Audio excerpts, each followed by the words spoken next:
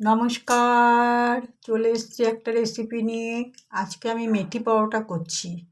এই শীতে মেথি পরোটা, ধনেপাতার পরোটা, বাঁধাকপির পরোটা, ফুলকপির পরোটা খুব ভালোই লাগে খেতে। তাহলে চলুন আমি কিভাবে মেথি পরোটা করছি দেখাচ্ছি। আমি প্রথমে কড়াতে এই যে মেথি শাকটাকে ভালো করে ধুয়ে ছোট করে কেটে জল ঝরিয়ে রেখে দিয়েছিলাম। এটাকে আমি একটু বয়েল করে নিলাম। বয়েল করবার সময় সামান্য একটু নুন দিয়েছি। এবার আমি এটাকে ময়দা দিয়ে মাখবো। আগে ময়দাটা ময়াম দেবো, তারপরে এটাকে একসাথে মিশিয়ে নেব। তাহলে চলুন দেখা যাক কীভাবে আমি মেথি পরোটা বানাচ্ছি। আমি মেথি পরোটা বানানোর সময় পেঁয়াজ, রসুন, আদা এইসব ব্যবহার করব না, তাহলে মেথির একটা খুব সুন্দর স্মেল আছে, সেটা নষ্ট হয়ে যাবে। যাই হোক, আমি ফিরে আসছি। ময়দাটা আমার ময়াম দেওয়া হয়ে গেছে।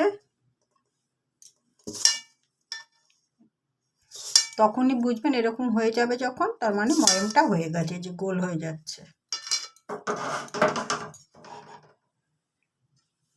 এবার আমি এই মেথি শাকটা এবং কাঁচা লঙ্কা কুচি একসাথে মিশিয়ে মেখে নিচ্ছি, তারপরে ফিরে আসছি। কাঁচা লঙ্কা কুচি দেবো, এই যে কাঁচা লঙ্কা কুচি করে রেখেছি, তারপরে আমি ফিরে আসছি।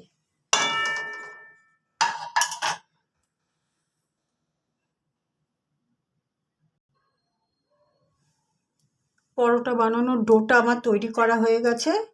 এই যে এবার আমি পরোটা ভাজাটা শুরু করব।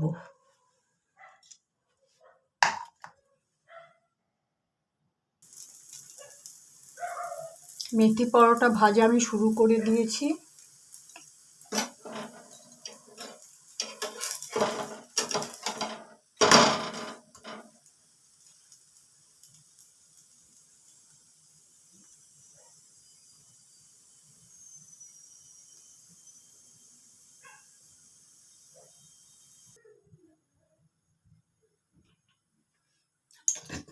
একে একে সবকটি পরোটা আমার বানানো হয়ে গেছে। দেখুন, 4টে পরোটা অবশ্য বানিয়েছি, খুব বেশি বানাইনি।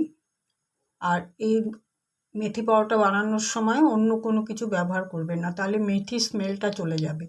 আর খাবার সময় টক দইটার মধ্যে একটু বিট নুন আর একটুখানি কাশ্মীরি রেড চিলি পাউডার আর একটু সামান্য নুন আর একটু মিষ্টি দিয়ে ভালো করে টক দইটাকে ফেটিয়ে নিয়ে খেতে পারেন। আর মেথি পরোটার সাথে নতুবা মিক্সড পিকল দিয়েও খাওয়া যেতে পারে।